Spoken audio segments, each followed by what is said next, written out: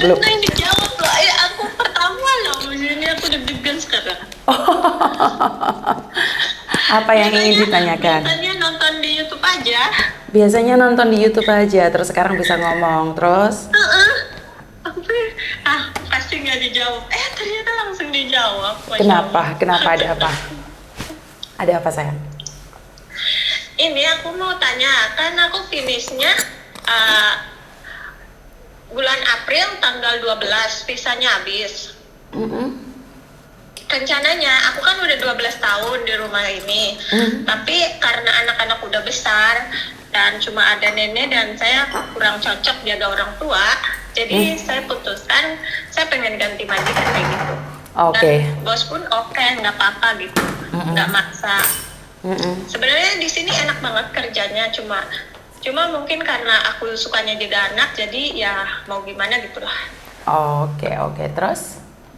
Terus aku mau cari majikan, kan di sini udah nggak di kantor itu lagi, jadi aku harus kemana? Oke, kamu tak catat nomor teleponmu, ntar kamu tak hubungi lah ada majikan. Kamu lebih suka jaga bayi lah? Jangan bayi, balita. Balita aja? Oke, soalnya aku kebetulan ada majikan. Soalnya. Oke, ada majikan teman bosku yang dulu. Dia cari cece tapi yang punya pengalaman jaga bayi. Ya udah nggak apa-apa, tak simpen nomormu dulu, ntar tak hubungi. Aku risih Miss, soalnya nggak pernah jaga bayi, jaga balita bisanya. Oke, jadi nomormu tak simpen, ntar tak hubungi ya, mungkin besok lusa tak hubungin. Oke, siap. Terima kasih ya sayang ya. Oke. Terima kasih, bye bye. Assalamualaikum. Waalaikumsalam. Oke. Sebenarnya banyak majikan di luar sana ya, bentar ya. Finish.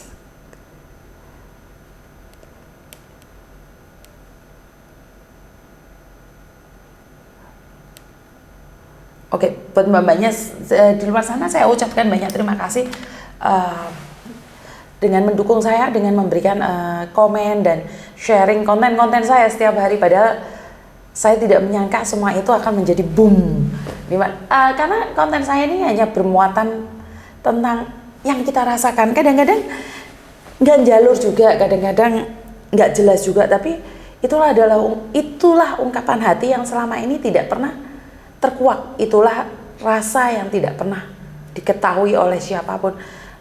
Luka yang selama ini tertutupi, bahkan rasa kecewa, bahkan emosi itu semua disimpan dalam hati rapat-rapat. Dan banyak kejadian, bukannya saya bilang bahwa dengan adanya saya bisa mengurangin angka depresi, saya tidak berani mengatakan itu ya, tapi dengan mencurahkan perasaan, dengan mengungkapkan rasa yang ada, itu di pikiran lebih tenang ya mbak ya.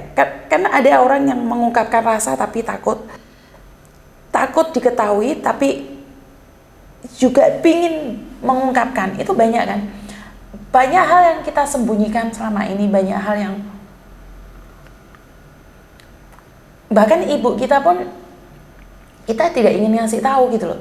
Jadi sekali lagi, terlalu berat beban yang ada pada kita. Tidaklah mudah untuk bertahan di negeri beton ini, karena emosi kita itu tumpah ruah ya.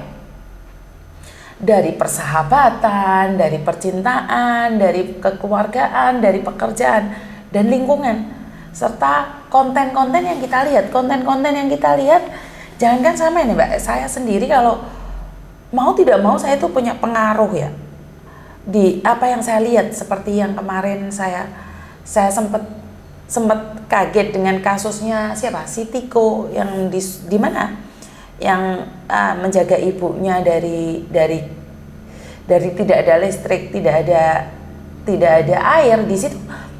Bahwa sebenarnya banyak hal yang tidak terungkap, dan anehnya akhir-akhir ini kita mendapatkan keadilan kalau sudah viral.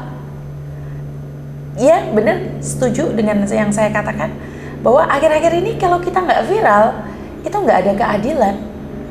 Saya tidak begitu mengikuti jelas tentang kasusnya Tiko. Saya sempat kaget aja ada orang seperti Tiko. Saya tidak peduli dia anak kandung atau bukan, tapi intinya adalah rasa cinta kasihnya itu sangat mendalam sekali. Dan itu dia tunjukkan beberapa tahun. Saya tidak tahu karena belakangan ini ada konfirmasi bahwa Tiko bukan anak kandung atau apa. Itu adalah bagi saya tidak ada hubungannya dengan semua itu. Yang saya tahu adalah kasih sayang itu nyata. Saya paling nggak ngeh saat seseorang menanyakan status orang lain apakah itu anak kandung atau bukan. Kenapa? Karena saya pernah ada orang menanyakan bahwa tentang status anak saya. Nah ini sebenarnya saya tidak ingin mengungkapkan ya Mbak ya. Ada orang yang mencoba mengganggu kehidupan saya, di mana menanyakan apakah Thomas itu anak saya dan yang cewek itu anak saya. Bahkan meragukan siapa saya. Kan aneh ya, ada orang yang dimana mencoba menghancurkan mental saya. Dengan saya terkenal seperti ini tuh ada Mbak, ada orang yang langsung nembak ke Thomas dan menanyakan Thomas, kamu itu bukan anaknya Yuni, coba selidiki siapa dirimu. Ini yang pertama. Saya sempat nangis juga, saya sempat kecewa banget. Kenapa? Ada orang yang tega menanyakan itu ke anak saya langsung loh. Dan juga menanyakan tentang anak saya yang perempuan. Aku yakin adikmu yang perempuan itu juga bukan anaknya Yuni. Sampai segitunya gitu. Di mana ada orang yang memang dengan sengaja menjatuhkan mental. Bahkan saya cuma nanya, emangnya kalau ibu kandung itu baru disayang? Emangnya kalau ibu yang melahirkan aja yang disayang, ibu yang membesarkanmu itu tidak disayang? Benar seperti itu, ada aturan seperti itu. Tolong jawab Mbak. Kalaupun Thomas bukan anak saya, kalaupun yang Indonesia bukan anak saya, apakah itu mengganggu kehidupan Anda? Ini saya sempat terpancing. Sebenarnya saya tidak ingin mengungkapkan ini. Tapi bagi saya seseorang ini terlalu lancang. Saya tidak peduli siapapun Anda. Atau jangan-jangan Anda cemburu dengan kebahagiaan yang saya punya bersama anak-anak saya. Oke. Apa perlu tes DNA dan memberikan petunjuk pada Anda bahwa itu anak saya atau bukan? Itu anak saya dengan suami saya atau bukan? Jadi akhir-akhir ini sebelum saya terkenal gak ada yang menanyakan itu Thomas anak saya, adiknya Thomas yang di Indonesia itu anak saya atau bukan? Kan aneh ya Mbak ya. Ternyata setelah saya terkenal tuh diobok-obok. Termasuk silsilah keluarga saya. Itu sampai dicari-cari Mbak. Saya nggak tahu tujuannya untuk apa. Jadi akhir-akhir ini saya tuh merasa heran sekali ya. Kalau sudah orang terkenal atau viral itu mencoba menjatuhkan dari berbagai segi. Terus kalau kamu tahu kalau Thomas bukan anak saya, terus kalau kamu tahu adiknya Thomas yang ada di Indonesia itu bukan anak saya, hubungannya sama Anda apa? Saya juga nggak minta makan sama Anda. Loh, sakit hati loh Mbak. Saya punya dendam, tapi saya akan membalasnya dengan ilegal. Apa perlu tes DNA dan ditunjukkan pada Anda? So, kalau hasilnya negatif, apakah Anda bangga telah menyakiti hati anak saya? Terus kalau hasilnya positif, apakah Anda bisa menarik balik kata-kata Anda? Nah ini pertanyaan yang sering saya tanyakan.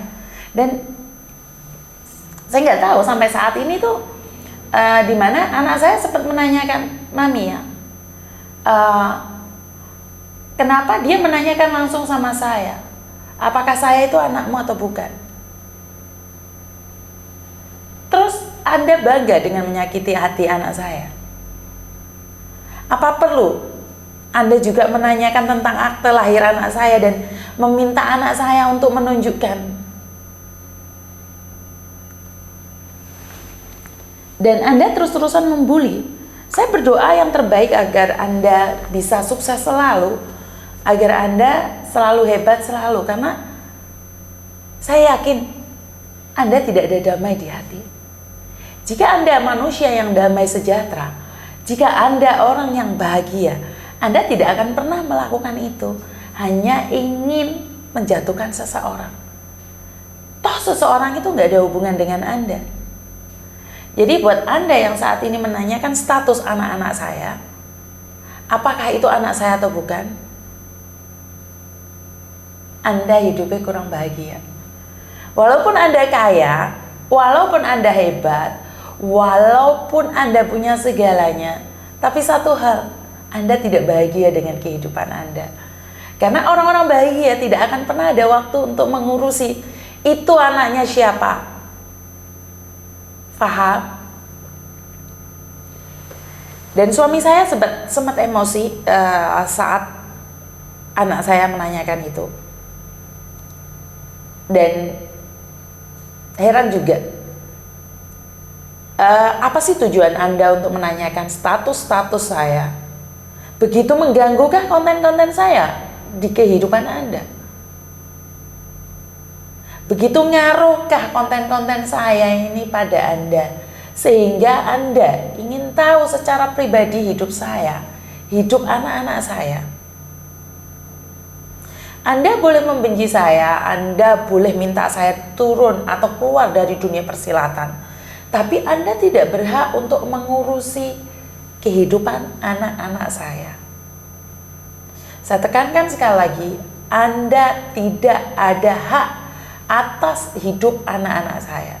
Bagaimana saya cara mendidik anak-anak saya, bagaimana saya membesarkan anak-anak saya, sama sekali tidak ada hubungan dengan saya. Saya mengenali Anda hanya 2 tahun, dan saya tidak tahu siapa Anda, tapi bukan berarti Anda lancang mengurusi kehidupan keluarga saya. Atau jangan-jangan anak yang Anda katakan anak kandung Anda itu malah bukan anak Anda. Saat Anda meragukan orang lain, sebenarnya orang lain sedang meragukan Anda.